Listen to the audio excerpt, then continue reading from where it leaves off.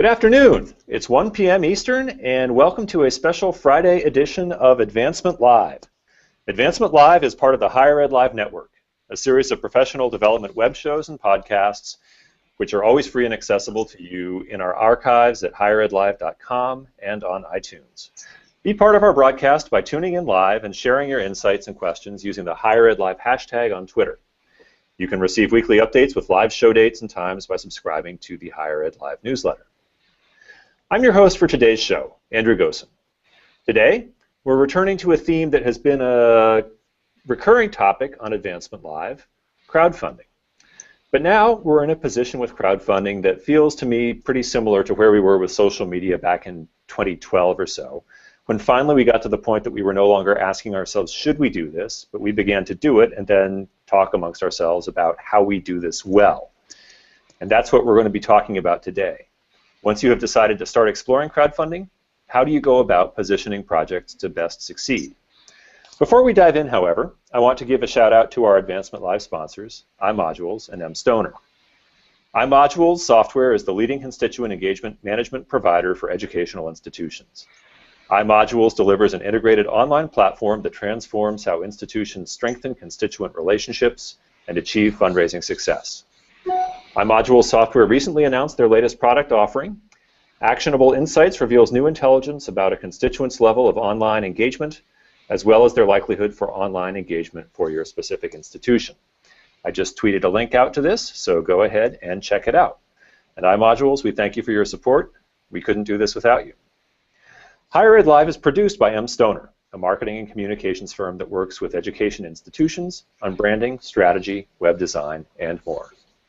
mStoner, thanks for the support and your leadership in making this possible.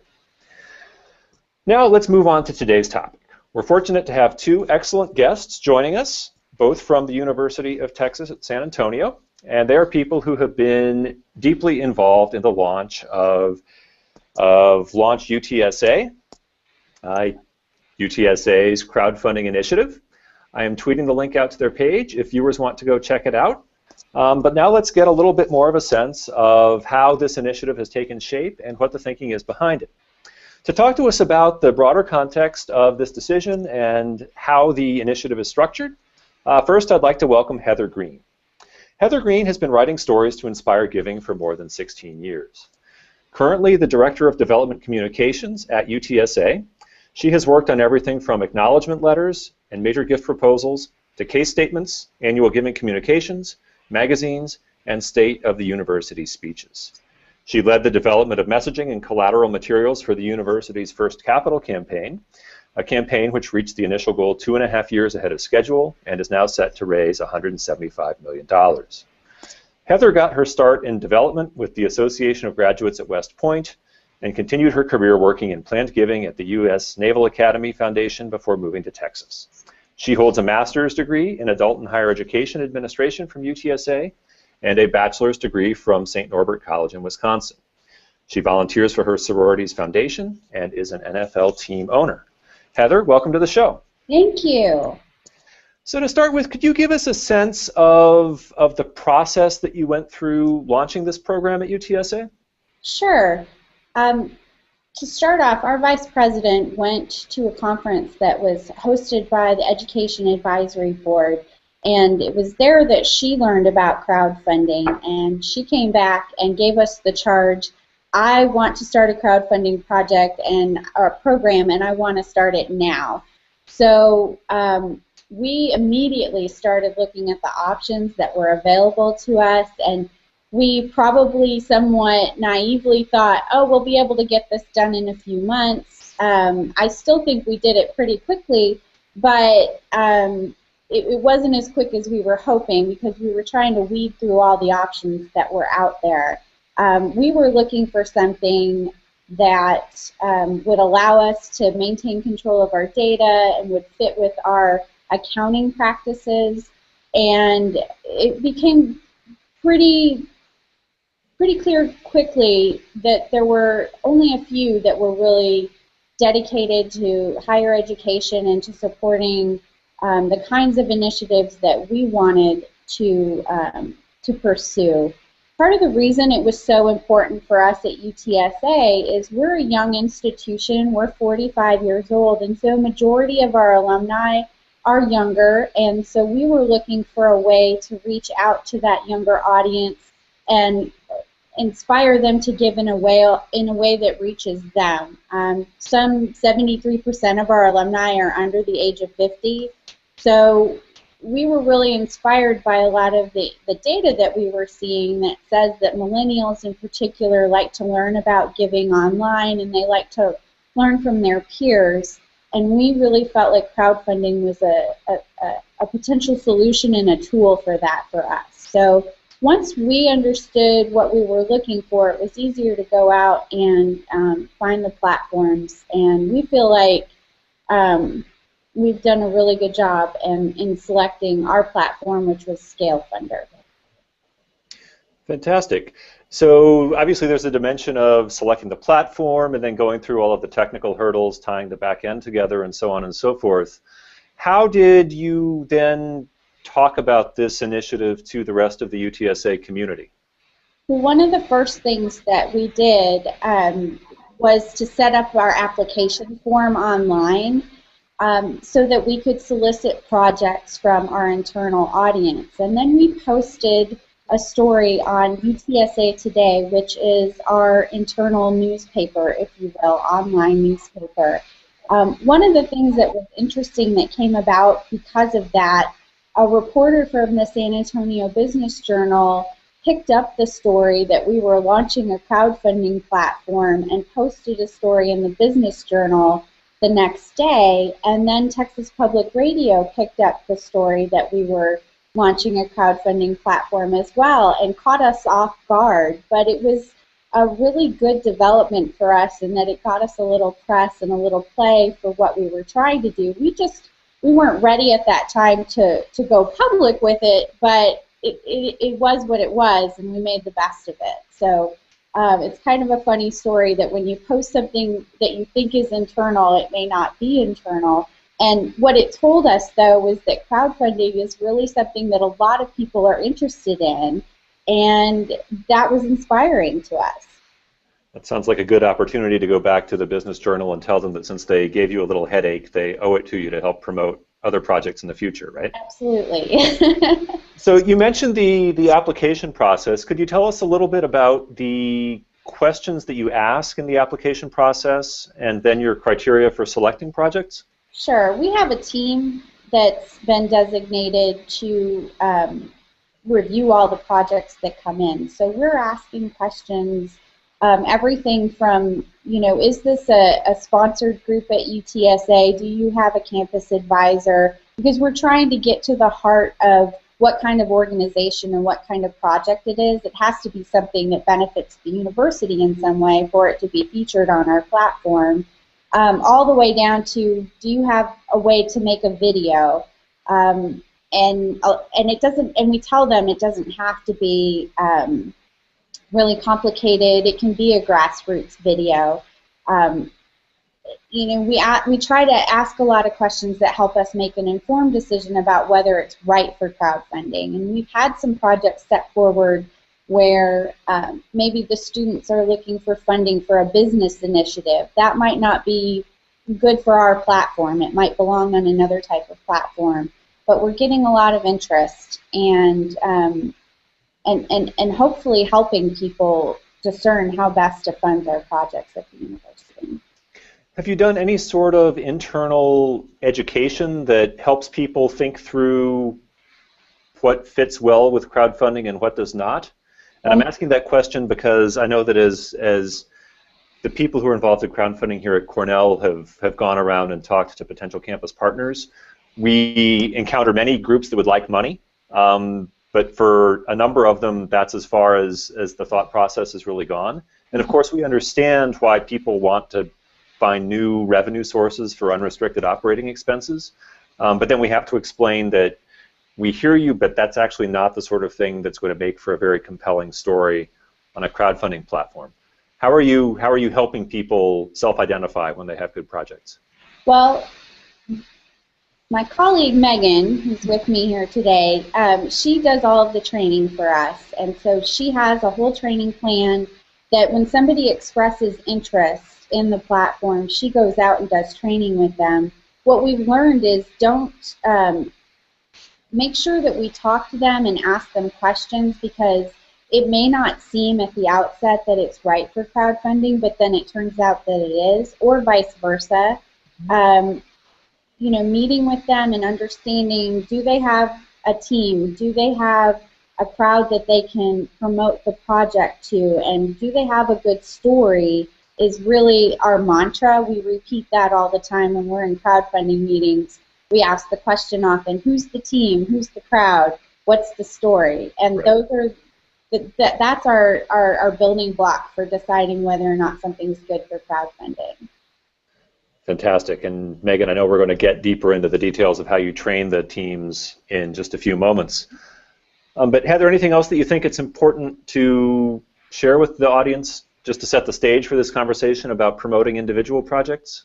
I think what's really most important is that the team is their best advocates, and we are simply here to help empower them and to give them the tools. But if they're not going to send the emails or they're not going to help us with updates, then the project may not succeed.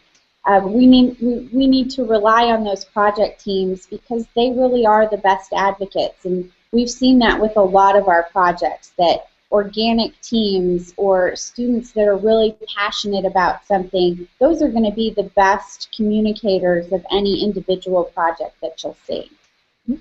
Oh, I couldn't agree with you more. Actually, Keith Hannon, who's one of my colleagues here at Cornell, came up with a beautiful impromptu line when we were talking to a potential team last week.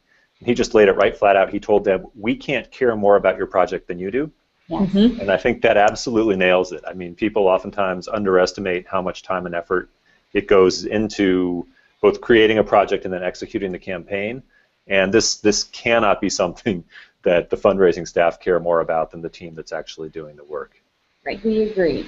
Great. All right, let's move on then to Megan. Let me introduce her first. Megan Miller has been raising funds and assistance for worthy causes for over 9 years. She was first introduced to the world of development as a student caller at UTSA in 2005.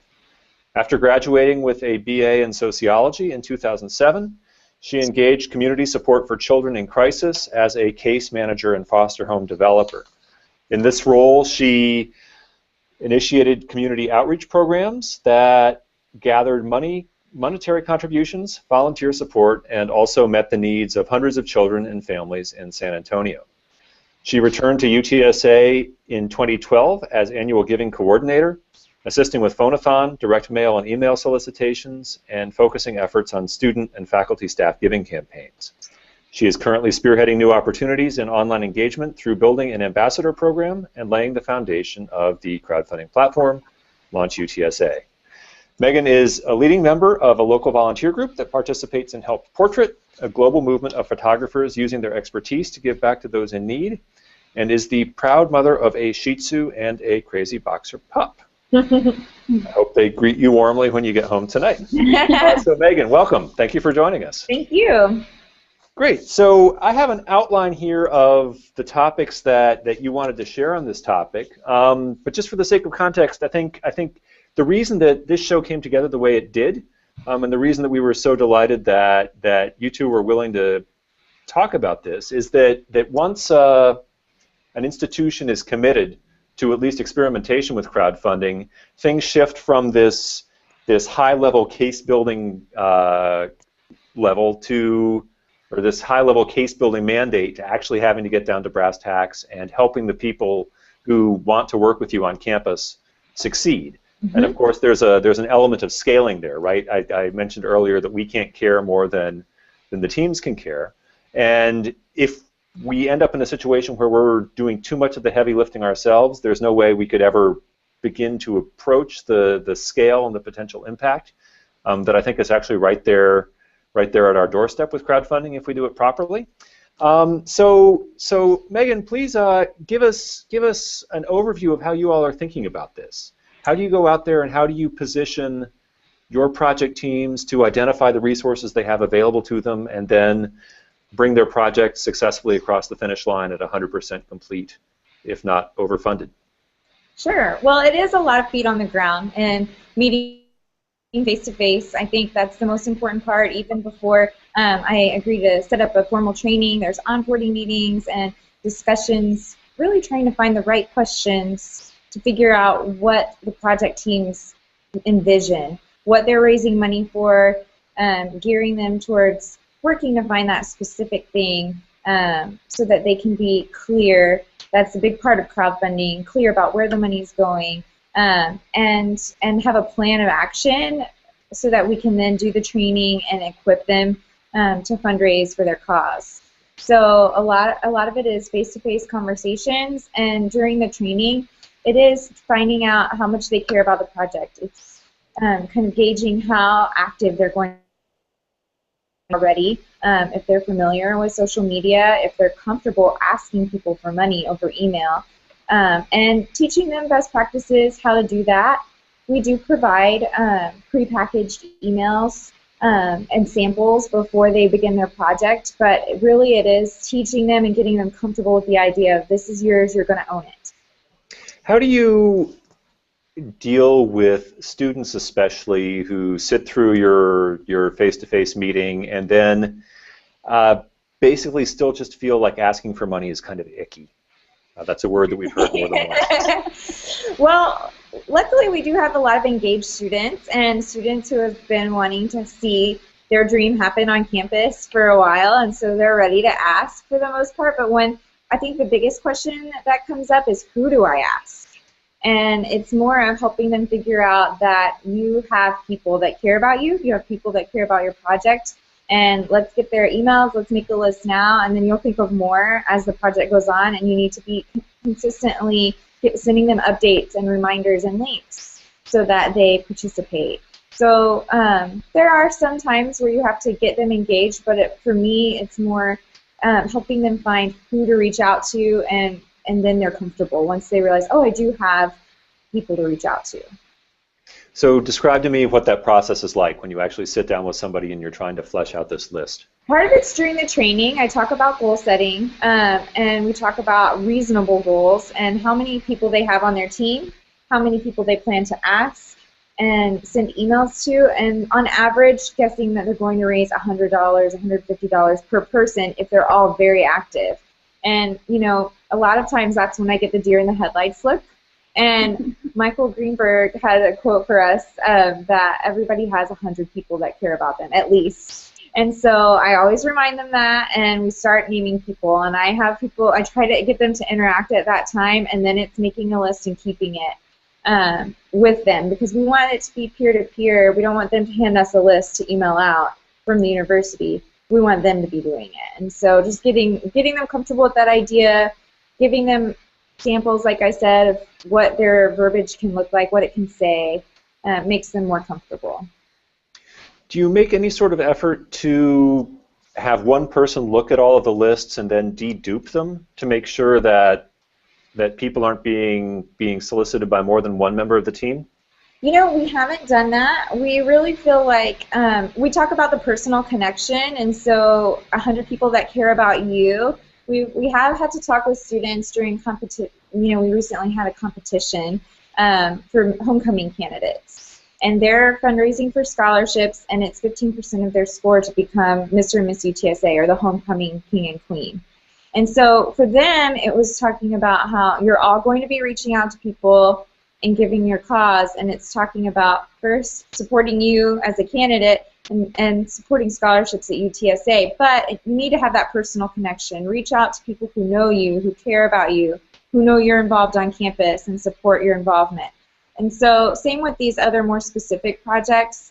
If there's some overlap, we think that's okay, especially because these students should have some type of personal connection with who they're reaching out to.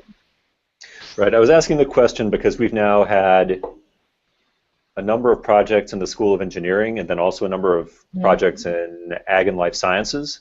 And in both cases, you've got students who are all interested in the same thing, which means that many of them are in classes with the same faculty members. Sure. And some of the faculty were beginning to feel a little bit besieged by 7 people in their class all emailing them the same day with an appeal for the same project. So we're starting to put some processes in place, and it varies from project to project. It can either be asking everybody to show us their list so we can make sure that only one person is reaching out, or the easy solution is to take one person on the team and say, okay, you own the faculty, everybody else has to stay away from the faculty, and you can do it that way.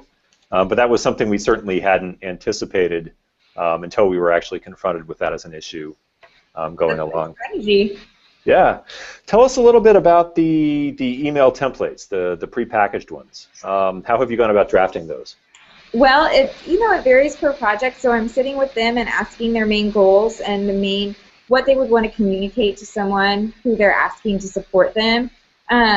And then just developing like a Mad Libs type fill in the blank email as a sample for their first email.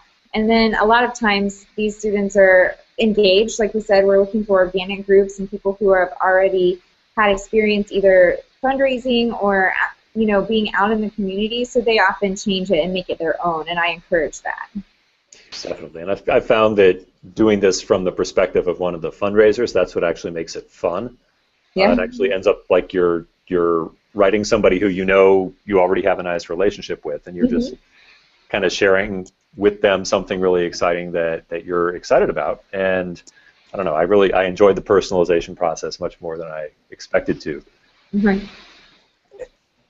So how many emails are you asking each of these advocates or champions to send out on behalf of the project?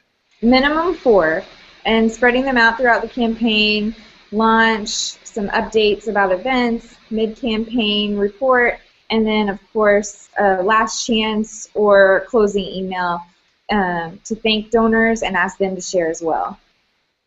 Do the emails start to branch once some of the people on the list have given and the others have not?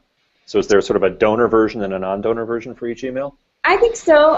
One thing that's really helpful, though, is our updates on ScaleFunder can be used as emails to donors, too. So a lot of the time, students are focusing their efforts as far as asking with emails, and then they will thank donors on updates that go straight to their inbox with a link to the page and ask them to please share with anybody else that they know that may give last-minute support to the project and help them push over the goal or meet the new goal. And then do the students, as they're sending out the emails, this is not the update emails, but this is to the people who haven't given yet, do they look at the donor wall and remove those people from the list? Yes. Okay, nice. Great. So could you tell us a little bit about the kind of guidance you give the teams when they're thinking about the update functionality? Sure. Well, right now, ScaleFunder allows one person per project to go into the back end and do updates. And one thing that we've noticed is that those updates are, because they go through email, they're not able to be changed afterwards. So a lot of times it's me emailing or talking with students and having them send it to me so that I can review it first and post it for them. But it's, giving them encouragement to find creative things to let the donors know about. So events that are coming up, something about their perks being sent out, information about, milestones in the campaign, and asking them to share those things. And one of the interesting projects that we had was we launched a project for study abroad to Korea, and we launched it about 2 weeks before they left, and then they were in Korea sending us pictures, sending us updates, and we were able to use that as their update and then also post it to social media so that people who had donated could immediately see what their funds had gone toward and who it had benefited. So it's typically it's not ideal to have a team leaving in the middle of the campaign, but it kind of happened right at our launch that they were needing extra supplemental funds for their travel and were willing to be active online and share those things with us. And so although you would think that might not be the best to have them out of the country, they were still very active, and the real-time updates actually gave them a little bit more of a push towards the end of their project. Definitely. I was just thinking that you could have fun with some extremely urgent real-time updates from the field. That's what I'm saying. Yeah. We're out of money for food and we're getting really hungry. We need you to give and share right now. Right. They kept sending us pictures of food that they were encountering along the way, though. It was really cool to see that. Well, and I think that speaks very directly to one of the reasons that I believe people enjoy giving to crowdfunding, is you get a really tangible, visceral sense of the impact that your dollars are having through the eyes of the people who are actually benefiting. Mm-hmm. Definitely. One of the projects we're developing right now is one with the Cornell forensics team, and they want to go and they're trying to get as many people as possible to the North American Debate Championships in Anchorage, Alaska. So we're kicking around the notion of trying to actually live stream elements of that event from Anchorage, not in the sense of actually sending a camera crew out there to do it, but with an app like Bambuser or something like that. Mm-hmm. It's now so easy to broadcast live to the web, and that feels to me like the next natural step beyond update type functionality, giving people the opportunity to see live what it was that they actually made possible by their giving. Absolutely. And I love that the update functionality lives on after the project closes. So we have project teams that will send us emails of photos of them competing, even if it's after the fact, to remind donors that they appreciate it and to steward them a little bit more. So next time engineering has, or a civil engineering group has a competition or a prize to win, the donors remember the excitement of being a part of it. Right, right. As far as you know, are any of the teams you've worked with also sharing these updates on social media platforms? Yes. Specifically, we had 2 competitions, and they're a little bit different than your general crowdfunding. One of them was an alumni city race, where they were raising scholarship money for the Alumni Association and competing between Dallas, Houston, Austin, and some of our South Texas cities. And really, social media was key in the last few days, and I think that's what we see in a lot of these projects, is the last few days is very important. And they really blew up Twitter feeds and Facebook pages, encouraging others to win it and to share and to give.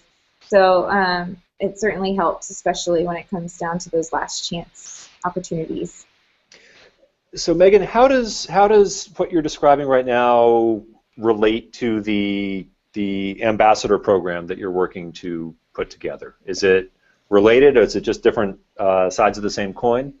Yeah, well, we're in the early stages with our ambassador program, but what we'd really like is to build a program where we have alumni who are willing to share about the projects that they're interested in and keep the social media buzz going. There are people that are interested in UTSA in general, and they're retweeting our football, and they're posting on their own social networks anyway. And so Alumni City Race was a little bit of a test in that we had ambassadors from each city that made up the city teams, and they shared on their pages and were interactive, and so hopefully we'll engage them in the future for other teams' projects just as supplemental support.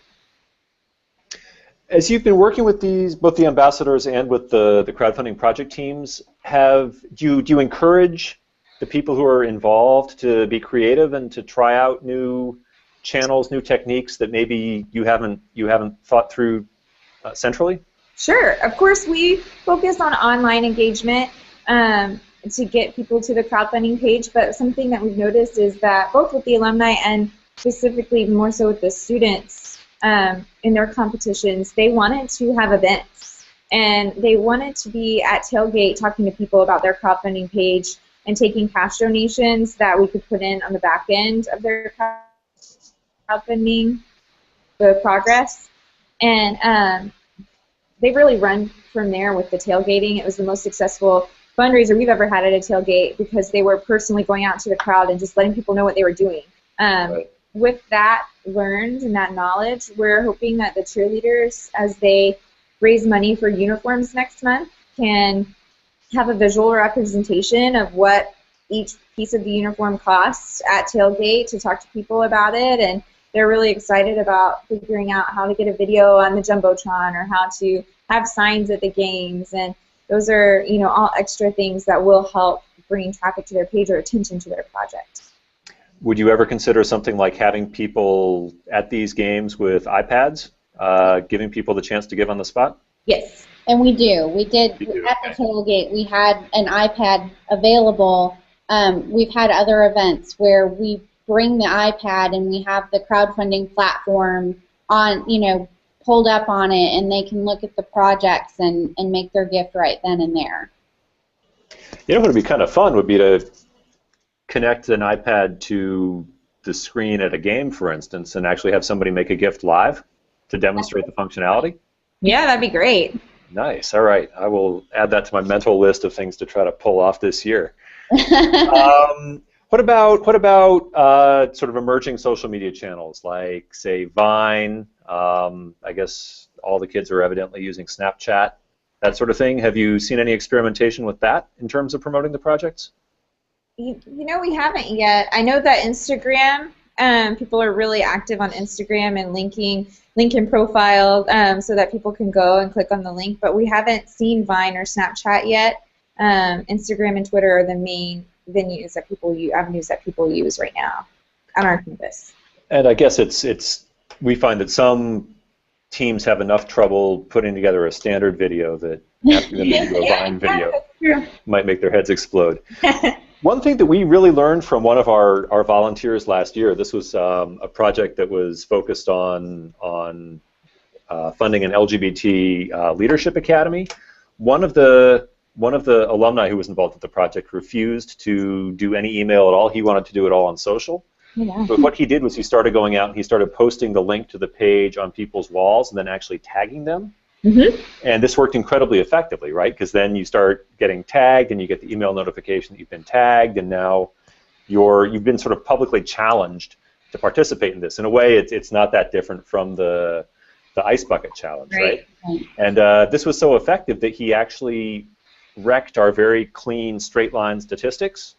And that we did after that phase of the pilot, we did the stats, and it should have been this beautiful smooth line showing that with each decade that passed, more people were giving. But there's this big bump in the 80s because Scott Pesner was so incredibly effective at mobilizing the people in 86 and 87. Mm-hmm. Love those little surprises. It was fantastic. And now, of course, that's the kind of thing that we're able to take in-house and franchise. And actually, Scott does a lot of calls with the people who are putting together the plan for projects that are in development right now. Mm-hmm. And seriously, I would always rather have a volunteer who really has this figured out do that sort of training than do it centrally. Mm-hmm. That's just more impactful. Mm-hmm. But no, it was a marvelous opportunity of really learning something new and exciting and powerful from our volunteers. How about other types of creative promotion of projects? I mean, I feel like a lot of times the first thing is how do we do the video well, and then what is our hashtag going to be? And so I'm loving that these groups want to experiment with different ways of getting their project to trend. And they're always willing to try new things as far as events or hosting parties and trying to get face-to-face contact with their donors and really making it a personal experience. And so as long as, we're looking for groups that are willing to test things out with us, and I think we're still in the early stages of doing that too. One of the tools that we are going to have is when we're out at tailgate, people say, oh, I don't have cash, or I'm not comfortable making a gift here. We're going to have little business cards that have just the link, to the fund.utsa.edu page. And for the cheerleader project that we have coming up next month, we might have some additional social media tags for them to follow, UTSA Cheer online, some different things like that. So we found that, it's important to have a handout. It's important to have something that people can take away with them when we're in those types of environments, when we're talking about events. We did social media campaigns, fundraising campaigns before we had the crowdfunding platform, and those were really our first tests of whether or not our alumni would respond to online solicitations. And in some of those campaigns, we had to get very creative to promote those projects. One of them was to bring a Roadrunner statue to campus. We didn't have a Roadrunner statue until last fall, and we went and took pictures. We had a mini cutout of the statue, and we took pictures with that all around town as if the Roadrunner statue was looking for his home. And we used social media a lot to help spread that word. And I imagine that, if we get the right teams that want to branch out that way, that we would see those types of campaigns coming forward. We're helping them strategize, but we're letting them lead the way on what their strategy is going to be for their projects when we're talking about crowdfunding. Mm-hmm. So going back to a comment that you made earlier about getting the video right, can you tell us what sort of conversations you have when project teams are beginning to think about putting their video together? Something we found is that a lot of groups are interested in text video, where it's graphics and text, and it's really fast-paced music, and that is visually pleasing. But something we're training them on is that there needs to be that personalization, and so having a face to the project, or seeing the group in action, and providing an ask at the end that's clear, and not only an ask to give to the project, but to share it with others so that it can help their reach go even further. Those are the things that initially they don't think about, and you kind of have to guide them to. So. Do they seem able to create their own videos once they have a concept fleshed out, or are you providing support on that? All of our groups so far have created their own videos. We did provide support for the Alumni City Challenge because it was an ambassador project with many people being out of town, and something that we had an in-office person who was very excited to help with the video on that project. But as far as the student groups or the other unique projects, they all are responsible for their own video. Okay, that seems like another thing that is going to impact how well you're going to be able to scale. Mm-hmm. Mm-hmm. So could you talk to us about, once a project is up, what's the dynamic between those of you sitting centrally and the members of the project teams in terms of how frequently are you in touch with each other, how closely do you monitor what's going on? It feels to me like most projects need to have some in-flight adjustment depending on the pace of the giving and that sort of thing as you go along? Sure. I'll say for our Alumni City race, we had a surprise the second day in. We had a donor in Houston make a larger donation that pushed them over the goal second day in. And so it's being willing and ready to jump in and help think of new strategy and talk about, okay, now our emails need to talk about participation and, making sure that we have more alumni giving than Dallas does, not just more money. And focusing on re-strategizing together. And same with the student groups. It's frequent contact, but it's more on a support role. And what sort of support requests come in? Is that primarily help with the platform, or? Just questions about donations that came through, and if there's any glitches there. We haven't had many, but then what do we do? How do we communicate X, Y, or Z about meeting our goal? We had some engineering students who wanted to go to a competition to build a bridge, and they needed a little bit more support on planning their perks and how to really make that something alumni would want to participate in. They could have the parts of bridge named after them, and so that's something that I kind of gave them ideas about how to make updates to appeal to alumni to give at that higher level. And I feel like Megan is really hands-on with them throughout the month that the campaign is going on. She sends them emails to cheer them on and to encourage them and kindly remind them to get updates ready and things like that. So Megan provides a lot of kind of the office cheerleader role for them. And then in terms of social media, I'm on every day checking, hashtags and checking to see what kind of traffic we're getting on Twitter or on Facebook, and we promote all the projects from our office on our Twitter page, and we work with other offices to help them and like if it's an engineering project, we reach out to the College of Engineering and ask them to tweet about it. And so we provide a lot of that higher level support in terms of promoting the project. And how much of your, I guess, how much airtime are you providing to the project centrally? Is this something, and can you make any sort of rough estimation as to how much giving is driven by the stuff you produce centrally versus the stuff produced by the project teams? The only, we have one project where so far, we have provided emails from our central development team and a direct mail piece to go along with it to multi-channel the approach. And it was a very successful project. But our other projects that don't have that central support of us soliciting on their behalf have also been doing well. And so really we're trying to find that balance still. And I think although 75% of my time is crowdfunding, it's training the teams, it's preparing new projects, it's looking forward to the future, and it's cheering on the teams that are going right now and seeing how we can help them with their goals.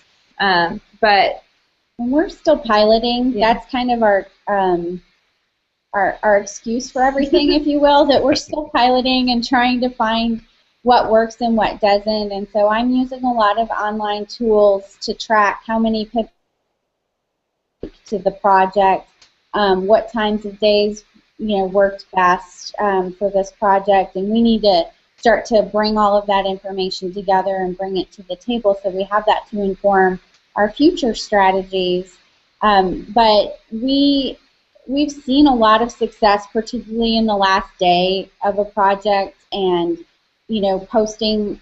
I think at one point for the Alumni City Race, we were posting every hour, and we were seeing the donations come in, and I have to believe that some of that was the alumni ambassadors, but a lot of it was the social media reminding people, oh yeah, I got an email from my friend earlier this month, I need to make my gift now. So right. I think it's not one or the other, it has to be both. And frankly, we set up a Twitter page and a Facebook page specifically for our giving offices, specifically because crowdfunding was coming and we needed ways to help promote the projects to a wider audience.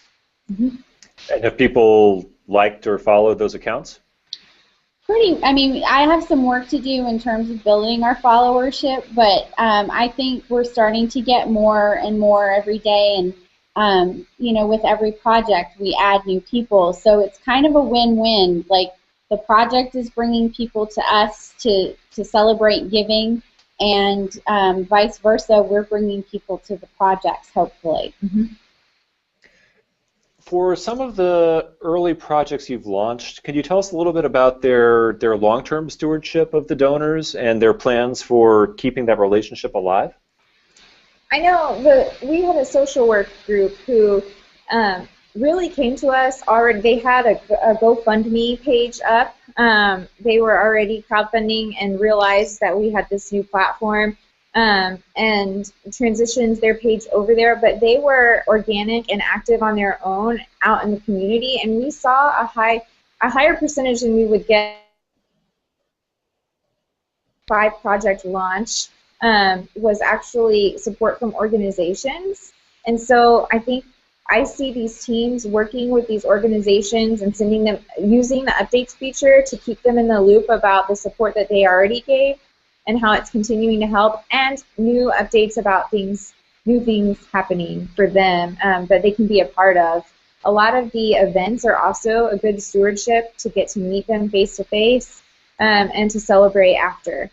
And I think we just started our crowdfunding program in April, and now we're about 6 months into it, and I think now we're getting to the point where we need to start talking about how do we renew these donors, like how do we point them to other projects that they might be interested in, how do we encourage them to keep giving back to UTSA. We saw some really promising results in that we were reactivating a lot of donors that had lapsed. A majority of our crowdfunding donors were active donors were current donors, but the reactivation and the new donors it was almost a 50-50 split between those two segments. So we're now getting into we know the next step is we need to figure out a resolicitation strategy, if you will. And I imagine that some of the early projects that we launched, like the engineering steel bridge competition, that's going to be something that they need funding for every year. So I imagine that come next March or April, we'll be hosting that project again, and then we'll be reaching out to the past donors and letting them know, reminding them of the impact of what they did, and then asking them to support it again. And it feels like that's a scenario in which it's so important for the project team this year to really do the stewardship properly. Mm-hmm. Because if you give all these folks a good experience during the intervening year, I'd say their chances of coming back are pretty high. Mm-hmm. But then if they drop the ball, they're really kind of hampering the ability of the next team to do the same thing, right?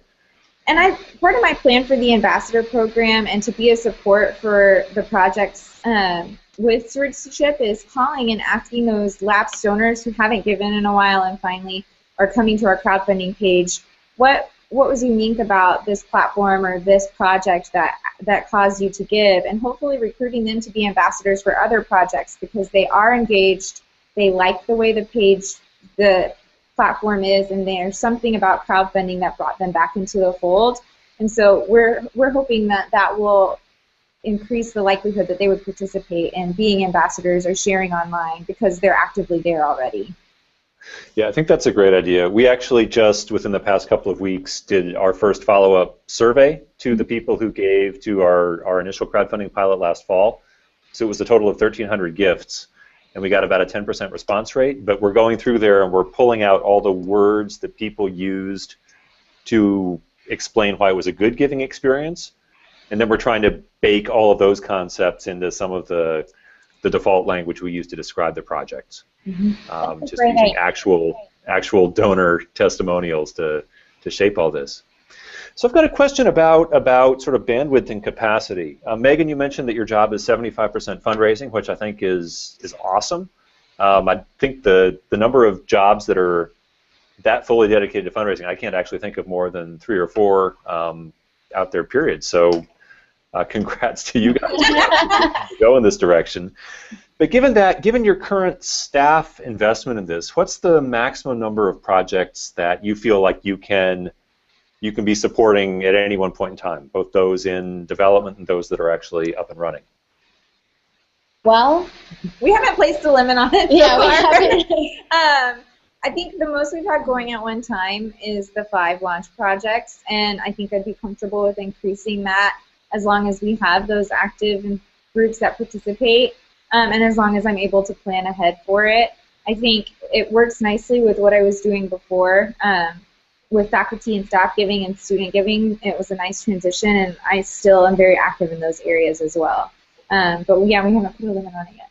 We were in an interesting place last fall in that we were reaching out to Ruffalo Cody to take over our phone-a-thon program. So we knew that once that got offloaded, that there would be some time to devote to crowdfunding and to have Megan devote a large percentage of her time to that. She doesn't just do crowdfunding, of course, but you know, she's kind of our special campaigns guru person now in terms of she is still going to be involved in faculty staff giving, and she does assist with student giving, you know, when we have those projects up. So I think that we were in a fortunate situation. We know from presenting at conferences that that's the #1 question is, how much staff time is this going to take? And a lot of people wondering if it's worth it. And we just felt like given our demographics of how young our alumni are and all the research that pointed to crowdfunding being of interest to that demographic, that it would be a good return on investment for us. We're kind of organized in a different way where we're separated from our alumni association, but having crowdfunding, this platform, has helped inform that relationship and keep us connected and working together. So I definitely think it's going to become a long-term engagement, having more young alumni events, having more young alumni focus when it comes to stewardship even. So there's a lot of opportunities that have come up because of crowdfunding and the new donors we're acquiring through it. Well, and I like the notion of sort of reframing the type of position that you hold, Megan, as one that's not necessarily a crowdfunding position, but a special campaigns on digital position. Mm-hmm. In that, especially if you've got a platform that's flexible, and I think ScaleFunder is highly flexible, that just gives you a lot more latitude to deploy the tool in a whole range of contexts. I mean, the notion of a participation goal campaign is obviously pretty exciting, and certainly our senior class gift staff are pretty excited about that, and some of the class reunion campaigns are reasonably excited about that. But I was talking to my colleague Ashley Budd earlier this afternoon, and we were just talking about, you keep seeing all these big announcements of major new initiatives, and normally you have these very beautiful media packages that are put out there to help people understand what this is all about. But usually, best case scenario, there might be a link to the regular online giving form.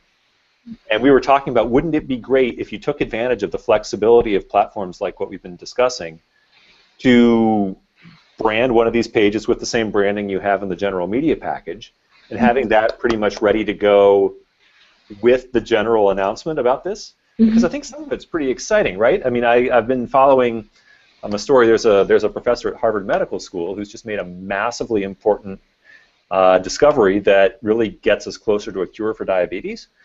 And I would bet that if you had a giving opportunity attached to that press release, there would be a lot of people out there around the world who would say, I want to give money to make this go faster now. Yeah. And I don't know, we're going to be sitting down and kind of gaming out that concept and seeing if we can identify an opportunity to test it out. Well, we want to have our idea to, one of the challenges that we've had is that we're not able to put fundraising messages out on main university channels, and that includes email to faculty and staff. We're pretty protective about how much stuff goes out to them. So we're trying to figure out ways to inform faculty and staff about the crowdfunding platform, and one of the ideas we came up with was to have like a lunch and learn session where they would come and we would feed them, because apparently food is important to this endeavor. But we would feed them and have them come learn about our crowdfunding platforms, and hopefully then we get some ideas for faculty projects that we can bring to the table. And along with that, trying to create a greater tie from when we are going to have those big announcements about research that they're doing or work that's happening here, that we do put up crowdfunding platform projects to support that. I think that's, kind of a next stage for us, is figuring out, because crowdfunding can't support $100,000 or $1 million necessarily. It can at certain institutions, but probably not ours.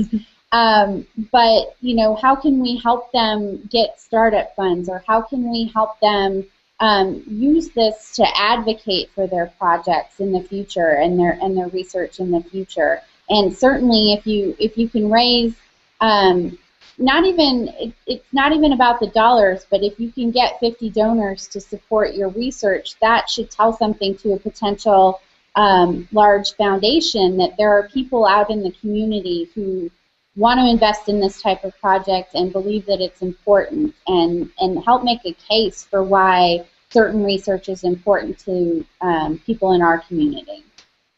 Well, and it feels like if you had those 50 donors and then you did a survey similar to what I described before, but instead of asking them about the platform, you asked them about why they supported the research. Right. Once again, you're sort of crowdsourcing the messaging. Yes. In a way that it's hard to ignore because it's coming from actual donors in the community. So we're coming close to the end of our hour, which is sad because I've really enjoyed this conversation. I did want to return to one topic that you mentioned, which was that of perks. Now, we've been scared to play with perks yet because we're worried about the fulfillment headache. Could you talk us through that?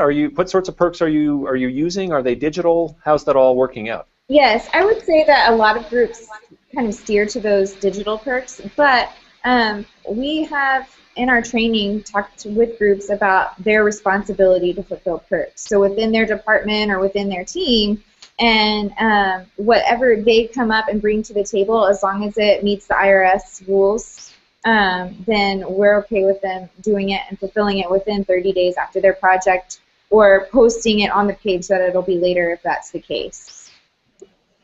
Are you prepared to step in and intervene if it turns out that a project team is not living up to their obligations? Yeah, I mean, we haven't had that happen yet, but I definitely am active in following up and ensuring that it's happening, because it can hurt donor retention, and that's a big part of the training too, talking about we're building donors who we can fold into future solicitations for your group, and you want to make sure that they have a good experience and want to do that. And so we have had great students who are on great teams who are on board, and I just make sure and remind them and follow up and ensure that it's done.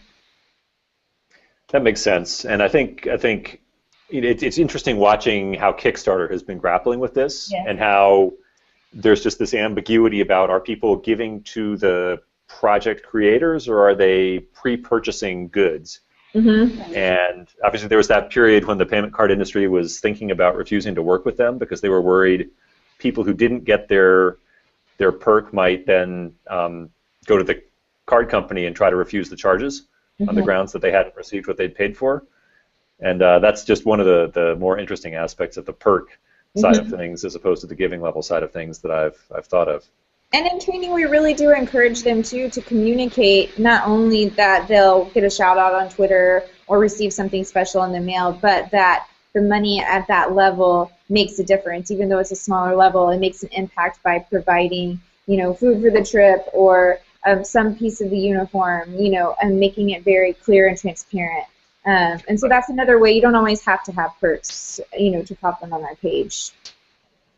Yeah, I find that I've been really interested in seeing how some of our teams have gotten really creative with the various different giving levels. Mm-hmm. Sometimes it's all metaphorical and it's sort of a organic garden project, and they start off with the seed, and then you get the sprout, and then eventually you get the full-on flower. Others, the LGBT project last fall, they named their giving levels after alumni who were important in the community, with the higher giving levels being the people who are really the iconic figures. And it's great seeing the way that these project teams can take the storytelling potential of the platform in directions that you don't necessarily think of yourself. That's great. Great. Well, Megan and Heather, thank you so much for joining us today. I've really enjoyed this conversation, and I hope you have as well. That actually does bring us to the end of our hour. And with that, I will wrap things up. My co-host Ryan Catherwood will be back in 2 weeks, not this upcoming Tuesday, but the following Tuesday, with another great show. Once again, thank you to our sponsors, iModules and mStoner. As always, you can watch more shows from Advancement Pros on the Advancement Live archive that is located at higheredlive.com. Thanks to everyone who tuned in live, and see you next time. Thank you.